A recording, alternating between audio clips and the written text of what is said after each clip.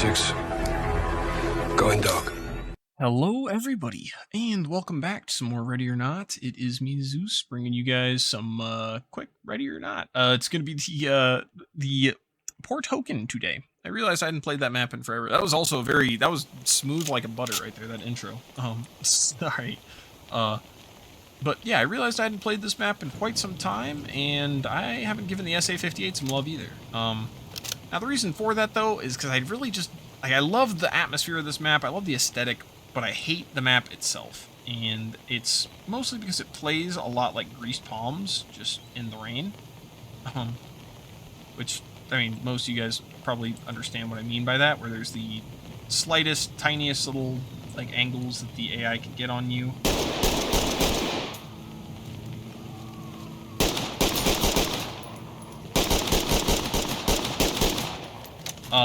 But you can't see them hardly, and then, yeah, basically they just chip away at your health until you're on the inside, where then it's like super close quarters, then you get your ass kicked. It's just kind of rough. It's kind of a rough one. So, yeah. I figured I'd give this map some love, though, because, I mean, it's still one of the maps, still one of the, you know, the good ones. Because there are some, like, objectively just bad maps. For example, Grease Palms. The atmosphere makes it up, though, for this map. At least for me. I can't speak for everybody. But yeah. Also using the SA-58 because I realized that, like, I tend to shy away from this gun. Like, I'll think about using it, and I'm like, no, why would I use this when I could just use, you know, the M4 or the LVAR or literally anything else? And I realized that I think, ironically, alright, this is like, because this is obviously, it's not a competitive game, per se, but I think they need to buff the SA-58. Because, like, it's a good gun, hits hard, it's quite accurate if, you know, you can land your shots, but, or if you can control recoil, I guess I should say. If you're able to...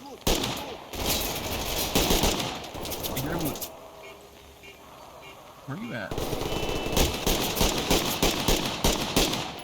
You're able to spray quite easily if you can land your shots, but obviously that's kind of... Or, excuse me, you can control your recoil, but, that's obviously not everybody, and I think that's what they need to fix, is just give it a little bit less, what? Or not less recoil, excuse me. They don't need to give it less recoil, actually, was what I meant to say by that. Sorry, I'm kind of... My head's in the gunfight here. They just need to give it more ammo. I think would be a perfect balance, because it has a 20-round mag. Obviously, it's because it hits hard, so you don't want to give, you know, too much lethal potential here. That was nobody, but those posts lined up and looked like legs. That was funny. But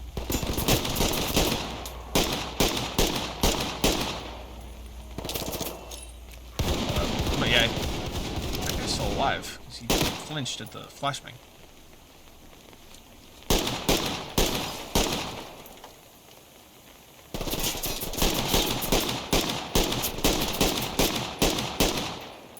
I'm trying to... What's up here?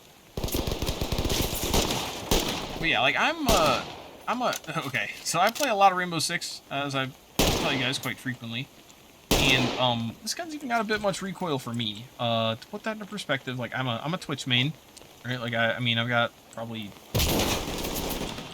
4,100 hours in the game, and, hell, I've probably put like 2,200 of those hours on Twitch, and like 1,800 on a mute. I don't know for certain. I just remember I checked once upon a time. This was back in... Oh, no bullets. But this was back before so for a little while I uninstalled Rainbow just because I was just tired of it. They weren't doing anything about cheaters, and the game was just not in a great state. They've since gotten better. I mean, it's not perfect, obviously, but you're never going to get rid of all the cheaters. Like, I would say that Call of Duty and Activision, oddly enough, are, like, leagues ahead of where most video game companies are with their anti-cheat. But, it's still not even perfect, right? Like, people still cheat. get that it's a kind of a nuanced problem. I didn't mean to load first. I meant to heal. Please heal. Please heal. I'm just sitting here chewing down damage now. Damn it.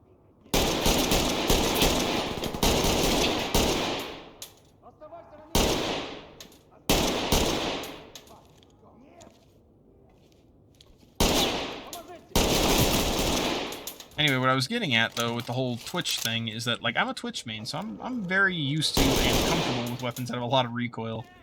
And this gun even makes me think twice about using it. Like, and I'm a very seasoned first-person shooters player. Like, I've been playing shooter games since I was, like, 5 years old. By the way, I don't think I've ever told you guys that story. The first shooter game I ever played in my life was 007 Agent Under Fire. Who remembers that game? Who had a childhood here? Is basically what I'm asking, okay? Because that game was a absolute bop. Obviously, there was GoldenEye on the N64, but, I mean, I'm not that old, alright? I had an N64, I played Mario on that thing, but, yeah. Shooters since I was, like, 5, and that was my first shooter game, followed closely by the next 007 game, I think, of that series, which was, Nightfire. And that one was, like, the first one that, like, my little infant brain could, like, comprehend how to play and, like, what was going on and stuff like that. It wasn't just, like, shoot bad guy, yay. Like, there was gadgets and stuff like that. There was, like, actual... I hesitantly say strategy. Like, there were little hidden paths that you could take as 007 kind of stuff. Point being, those were my first shooters, right? Those were the first ones I ever played. So I've been playing them for a real long time. I haven't been on PC for the longest time, but, yeah, the first... I can't really tell you... I don't really know what the first shooter, per se, that I played on PC was, because it was a Flash game, I'm sure of it.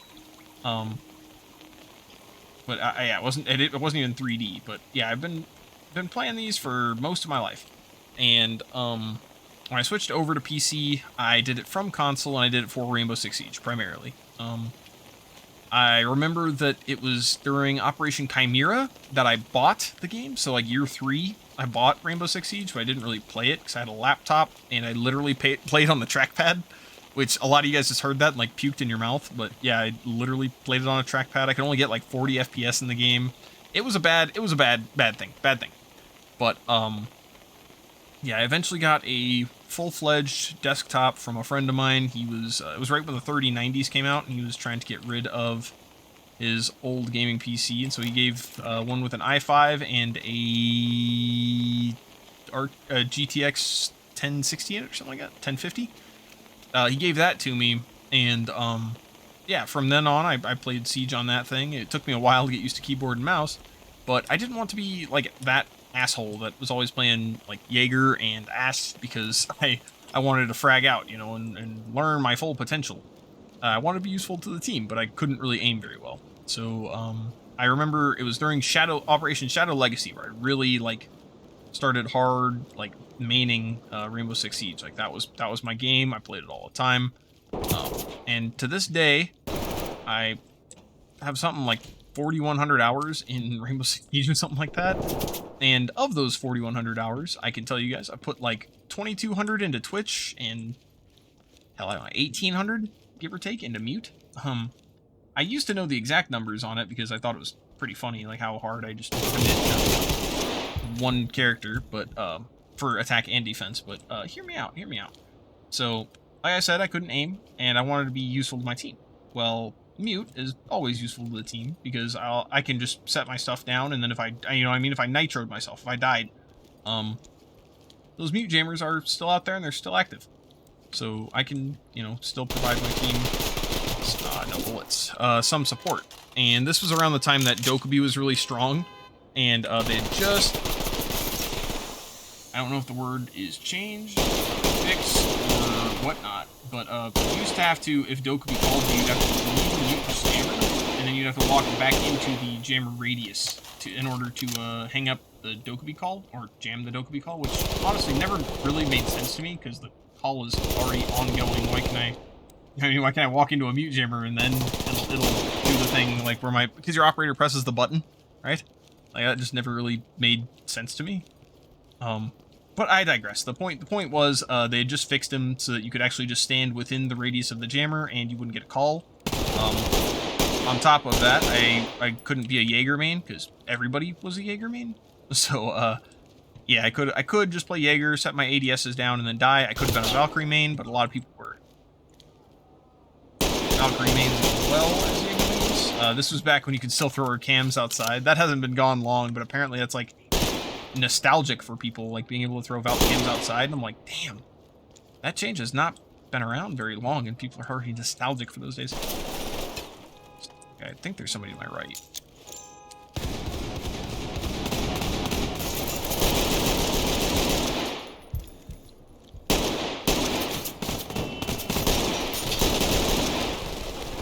That's not a great spot to be in.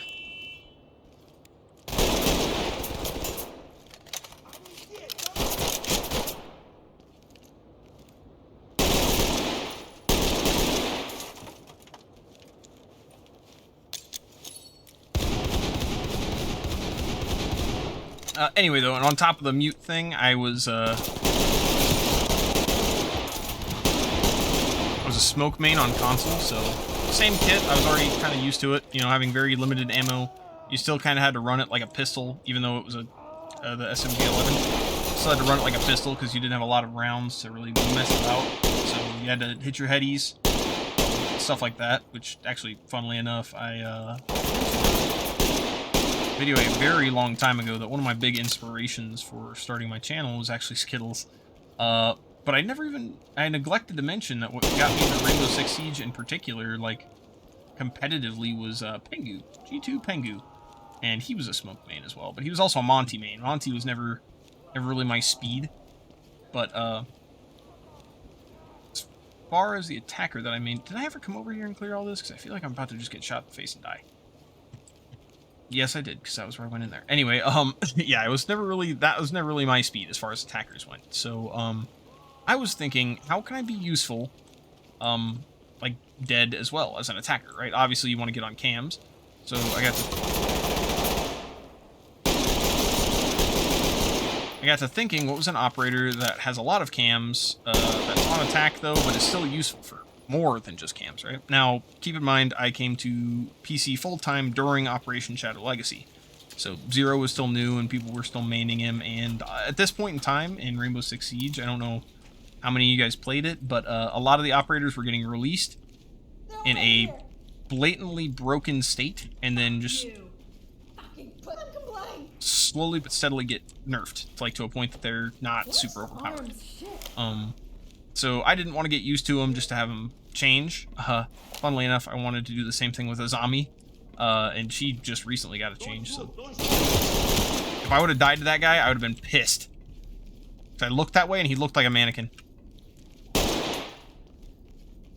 Actually, I think I'm done.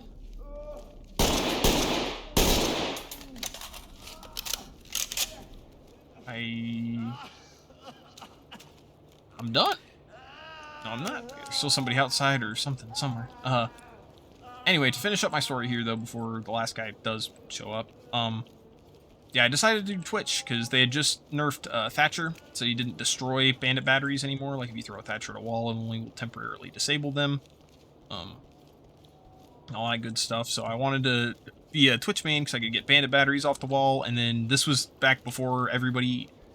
Actually, I don't know if everybody ever did have that ability, so you used to just have, like, two, like, individual drones, as an attacker, and yeah, Twitch was the only exception to this, where she could have 2 Twitch drones, and then she would have 1 regular drone. I think they had made that into a change at some point.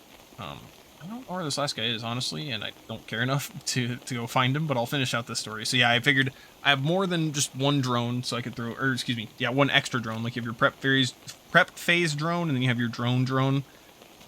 So I just would use those kind of cams, kind of set them up. I would destroy utility if I could, and then I would just run in and die often, because F2 does have some tough recoil. And yeah, so after that I just became a Twitch main, and yeah, I put a lot of hours into her.